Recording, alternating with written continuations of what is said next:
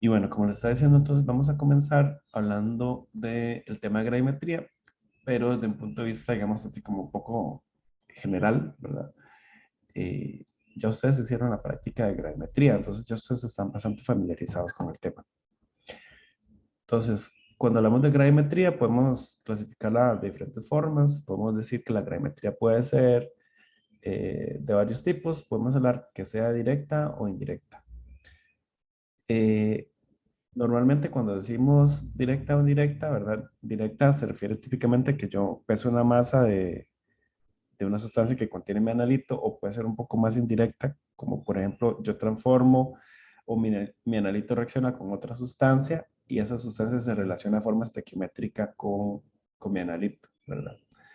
Entonces esas son dos posibilidades. También hay, dependiendo del tipo, ¿verdad? Puede ser de precipitación, que es como lo que ustedes hicieron en el laboratorio, o puede ser de volatilización. Entonces, en ese caso, más bien, lo que uno ve es la masa que se pierde, ¿verdad? Hay una relación estequiométrica, que si estoy hablando de un carbonato, entonces lo que se pierde de CO2, yo lo puedo relacionar con un carbonato, por ejemplo.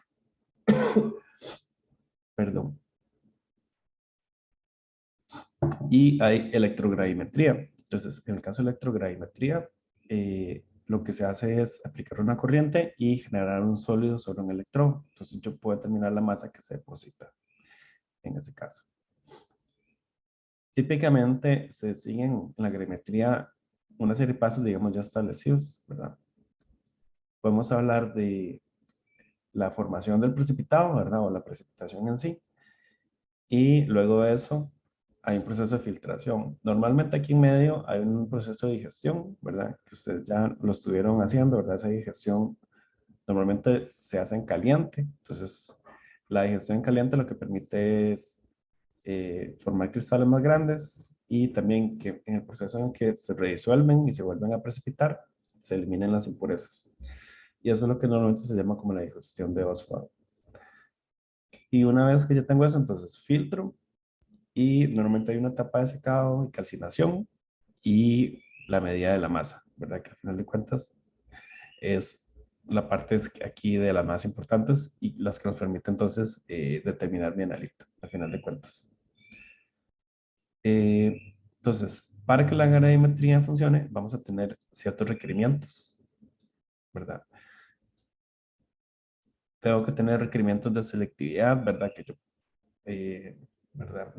Que ojalá, en la medida de lo posible, que no me precipite todo con mi agente precipitante, sino que los iones que a mí me interesan o el ion que a mí me interesa principalmente. Y de que esa forma pueda tener entonces la menor cantidad de interferencias.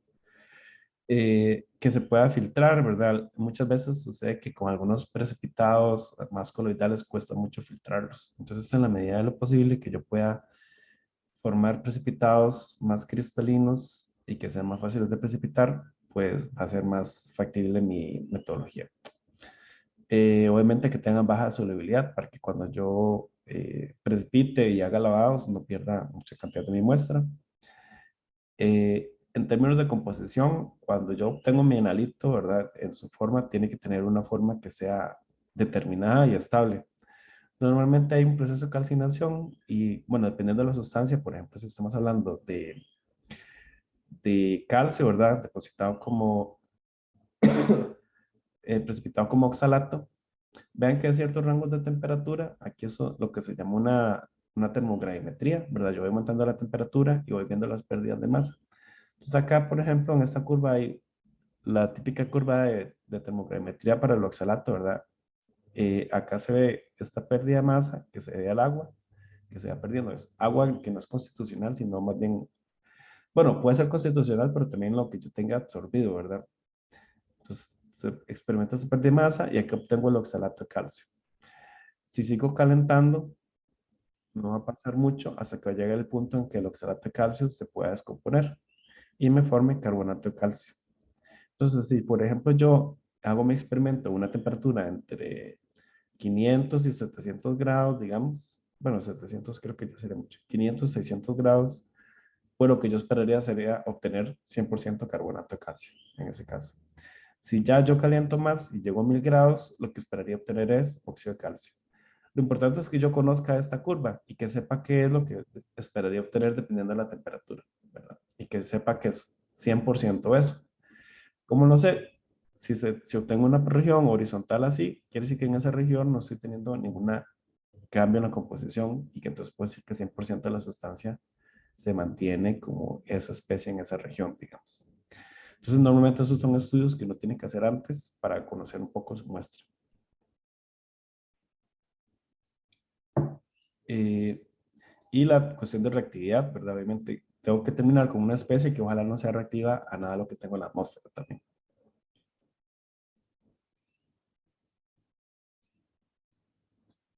Y, ok, luego de eso vamos a tener, entonces, ahora sí, lo que involucra lo relacionado con la formación del precipitado. Entonces, para formar mi precipitado, normalmente yo tengo tres pasos, que va a ser nucleación, crecimiento y precipitación. Aquí un momento. Entonces, normalmente, ¿qué va a pasar? Yo voy a tener dos procesos que inclusive pueden llegar a competir, ¿verdad? Un primer proceso es, yo voy a tener nucleación, ¿verdad? Donde se van a comenzar a formar pequeñas partículas.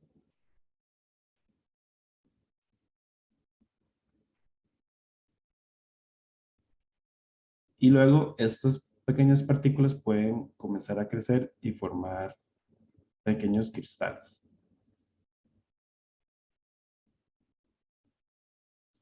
Eso es lo que se llamaría el crecimiento. Y cuando llegan al tamaño suficiente, pues comienzan a precipitar. Ahora, ¿cuál de esos procesos va a ser favorable? Va a depender un poco de las condiciones de mi solución.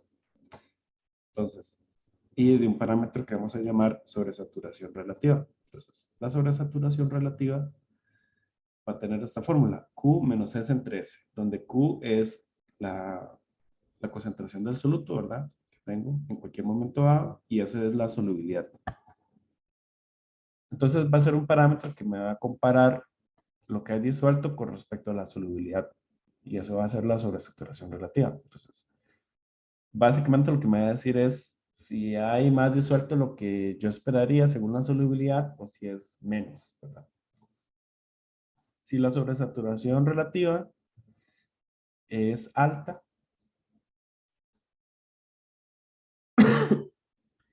bueno, ahorita, perdón, no sé si me están escuchando bien o si estoy hablando muy bajito. No, sí, súper bien. Yo ¿Súper escucho bien? bien. Ok, ok, perfecto.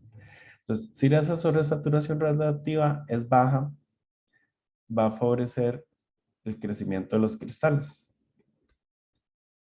¿Por qué? Bueno, porque, veámoslo así, si yo tengo mucha sobresaturación, lo que voy a favorecer es,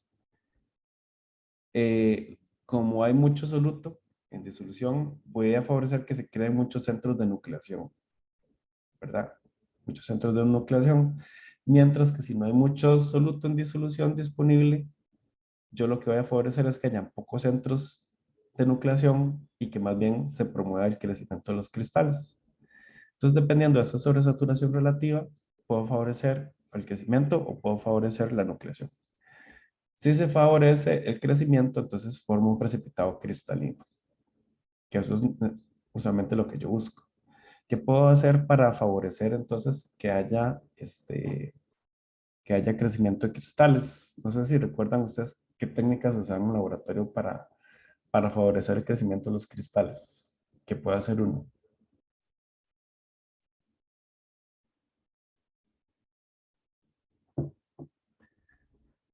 A ver si recuerdan del experimento de gravimetría. Hay varias cosas. Tal vez díganme al menos dos cosas que recuerden que se usaba en el laboratorio para favorecer el crecimiento de los cristales.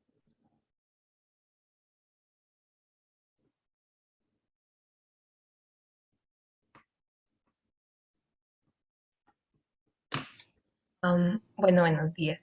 Buenos Eh, días. Agente precipitante teníamos que añadirlo muy lentamente. que eso favorecía la precipitación y que había que agitarlo también. Exactamente, súper bien. Exactamente, hay pequeñas cositas que podemos ayudar para que favorecer el crecimiento. Una es, por ejemplo, usar concentraciones bajas, ¿verdad? Para mantener la sobresaturación relativa baja. Puedo usar eh, calor, ¿verdad? Hacerlo en caliente. ¿Por qué? Porque si lo hago en caliente, entonces aumento la solubilidad y mantengo la sobresaturación relativa baja. Puedo, como decía Melanie, también puedo agregar despacio el agente precipitante. Eso va a hacer que entonces vaya precipitando y la sobresaturación relativa se mantenga baja. ¿Qué más puedo hacer? Agitar, exactamente. Puedo estar agitando también para distribuir homogéneamente y mantener la sobresaturación, digamos, localizada, baja, ¿verdad? Y favorecer que esté más homogéneamente distribuida en la disolución. Entonces son pequeñas cosas que yo puedo ir haciendo para favorecer eso. Y sobre todo, hacer la precipitación en caliente, que era lo que hacían ustedes también. Entonces todo eso puedo usarlo como metodologías para mantener la sobresaturación relativa baja y favorecer ese crecimiento. Puedo tener, si no, la sobresaturación relativa alta, y entonces en ese caso favorezco los procesos de nucleación. Y cuando tengo nucleación, como voy a tener partículas muy pequeñitas, lo que favorezco es la formación de un precipitado coloidal. Eso es muy típico, por ejemplo, cuando yo tengo sustancias que tienen una solubilidad muy, muy baja, ¿verdad? Por ejemplo, hidróxidos de metales tienen solubilidad muy, muy bajas. Y entonces va a ser muy, muy típico que los hidróxidos van a formar precipitados coloidales que son difíciles de filtrar, ¿verdad? Porque tienen esas partículas muy pequeñas. Entonces, en esos casos, cuando es bastante difícil eh, formar esos precipitados, normalmente yo tengo que hacer un proceso que se llama coagulación. Entonces, la coagulación lo que busca es que las partículas coloidales se agreguen y formen, digamos, partículas más grandes, perdón, que puedan precipitar. Entonces, ¿por qué se forman estas? Bueno, típicamente, digamos, yo voy a tener, si tengo una partícula de un precipitado, digamos esta, puede pasar que yo tenga en la superficie principalmente especies, digamos, iones con cargas positivas, y entonces esto va a favorecer que alrededor se agreguen iones con cargas negativas o viceversa, dependiendo de cómo yo esté realizando la precipitación.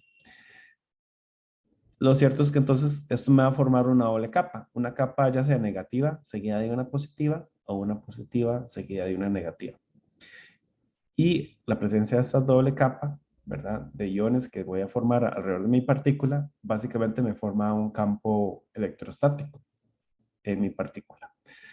Ese campo electrostático que se forma entre las partículas va a hacer que cuando dos partículas se acerquen, pues se repelen, ¿verdad? No va a ser tan fácil que se unan entre sí.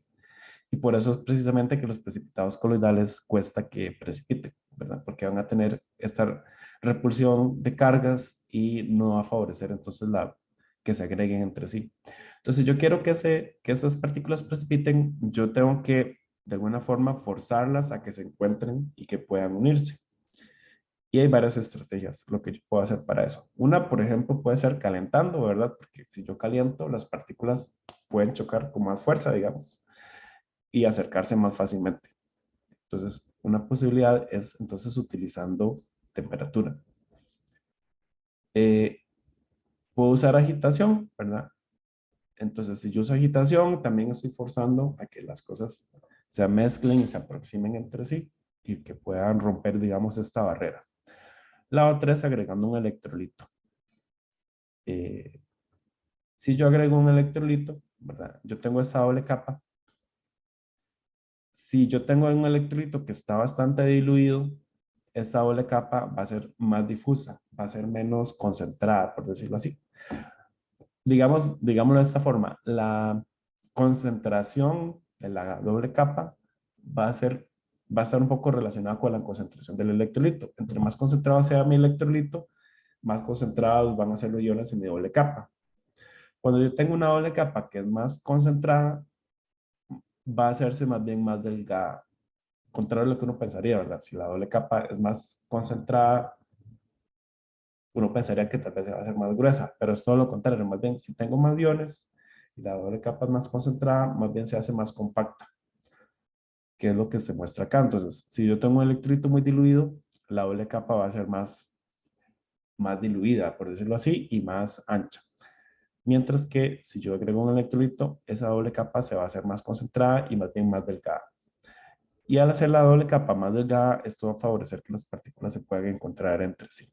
Y que entonces yo pueda hacer que esas partículas coloidales se unan y formen una partícula más grande.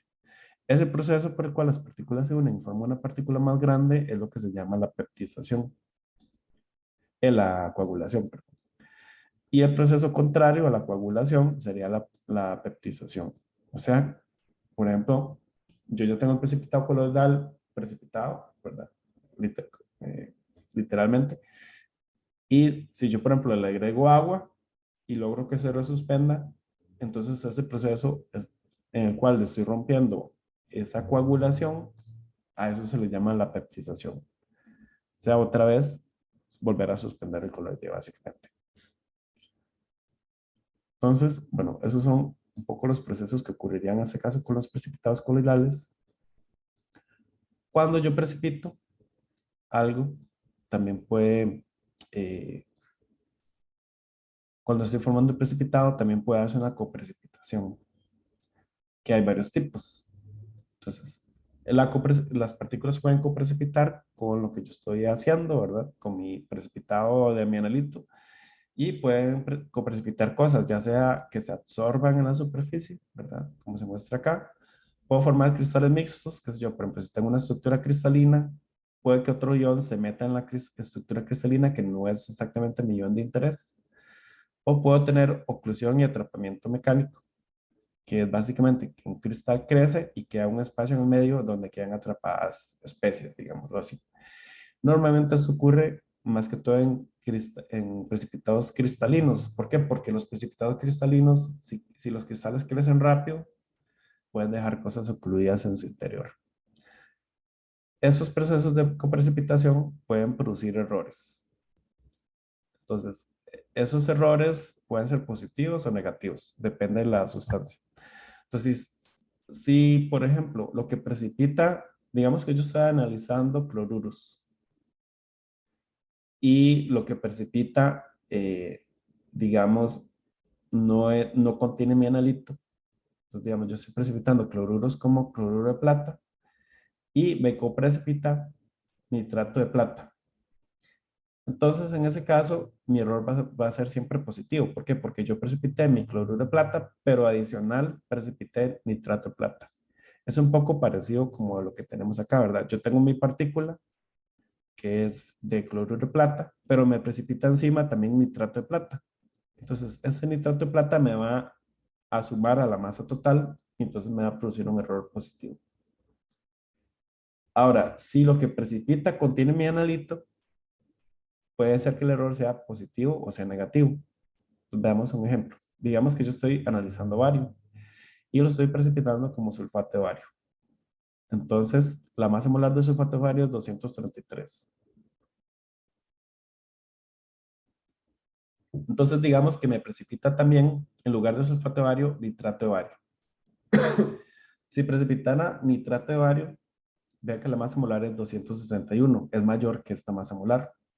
Entonces, quiere decir que este precipitado de bario me produciría un error positivo. ¿Por qué? Porque parte del bario me precipita con algo que tiene una masa molar mayor. Ahora, si me precipita cloruro de bario, vean que el cloruro de bario tiene una masa molar menor. Entonces, parte del bario me precipita con algo que tiene una masa molar menor. Entonces, esto más bien me produciría un error negativo. Y entonces, por eso tengo que tener yo ese cuidado de evitar que hayan esas otras precipitaciones de otros agentes. Eso lo puedo facilitar también mediante esta digestión de Oswald. ¿Por qué? Porque me permite redisolver y volver a precipitar lo que realmente me interesa. Entonces, por eso es muy importante hacer ese paso de digestión para favorecer que se me forme solo el precipitado que a mí me interesa y evitar esos errores. No sé si esta parte quedó más o menos claro, o si hay dudas con esta parte.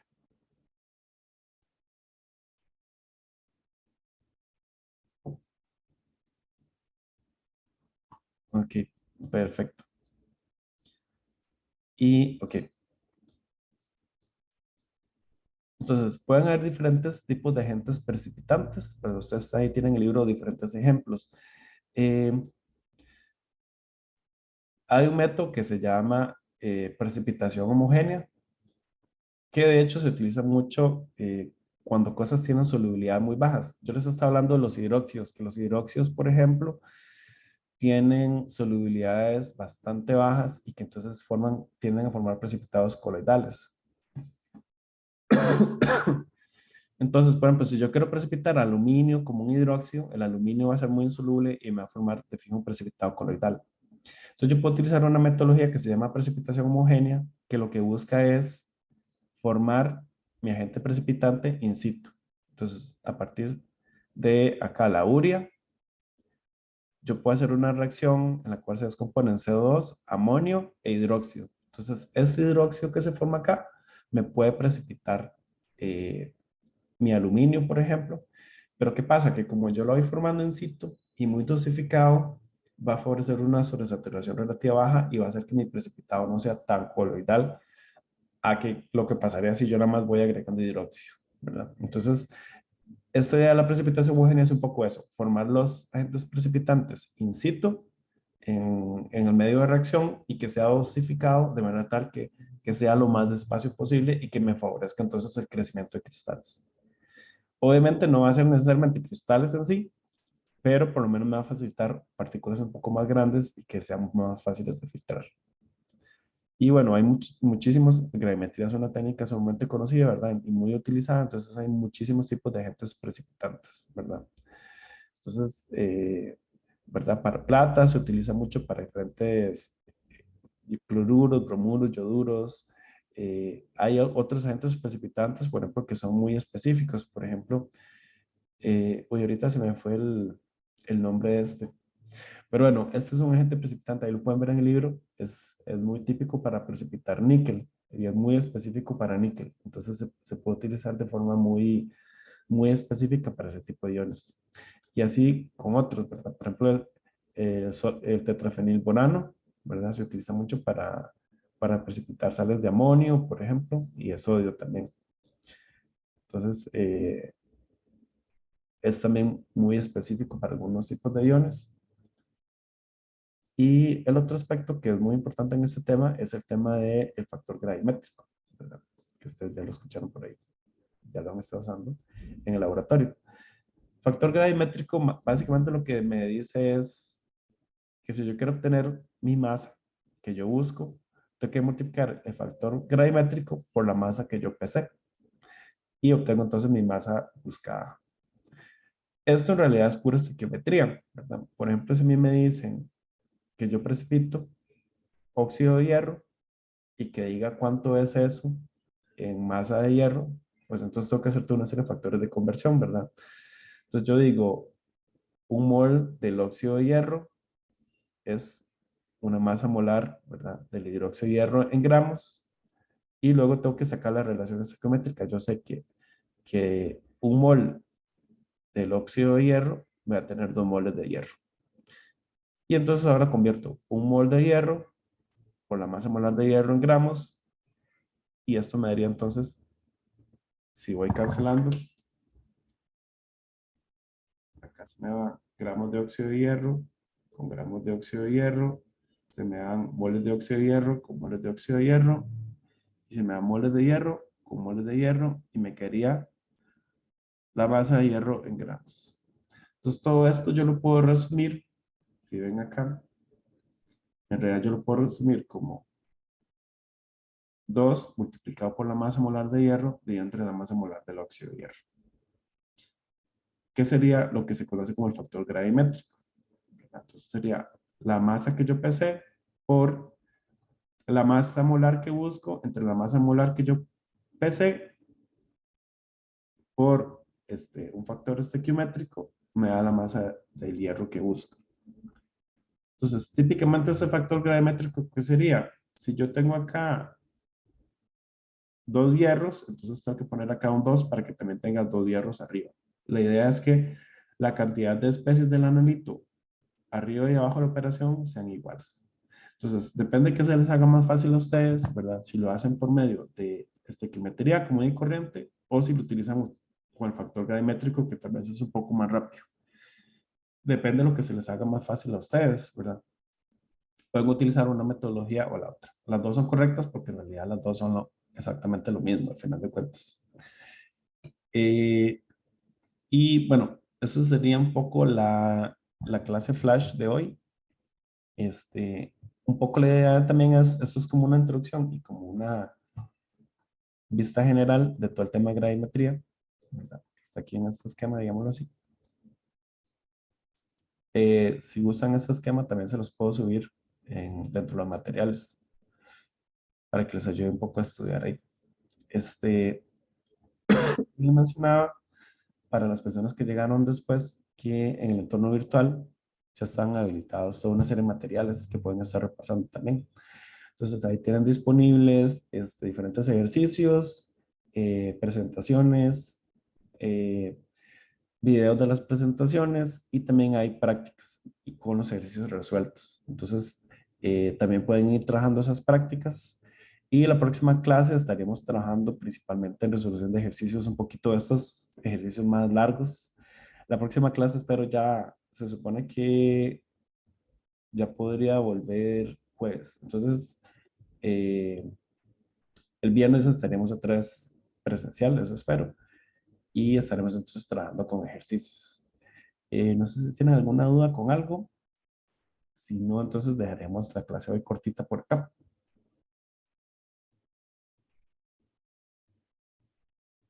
¿Alguna consulta?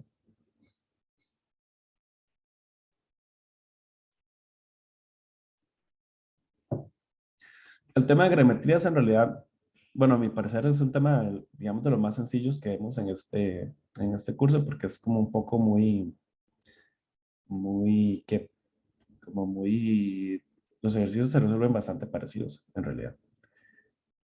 Y más que todo son cálculos de estequiometría, al final de cuentas. Si ya tienen estequiometría claro, pues grametría va a ser sencillo. Listo, entonces si no hay más comentarios, dejaremos la clase por acá hoy y nos estaremos viendo entonces el próximo viernes.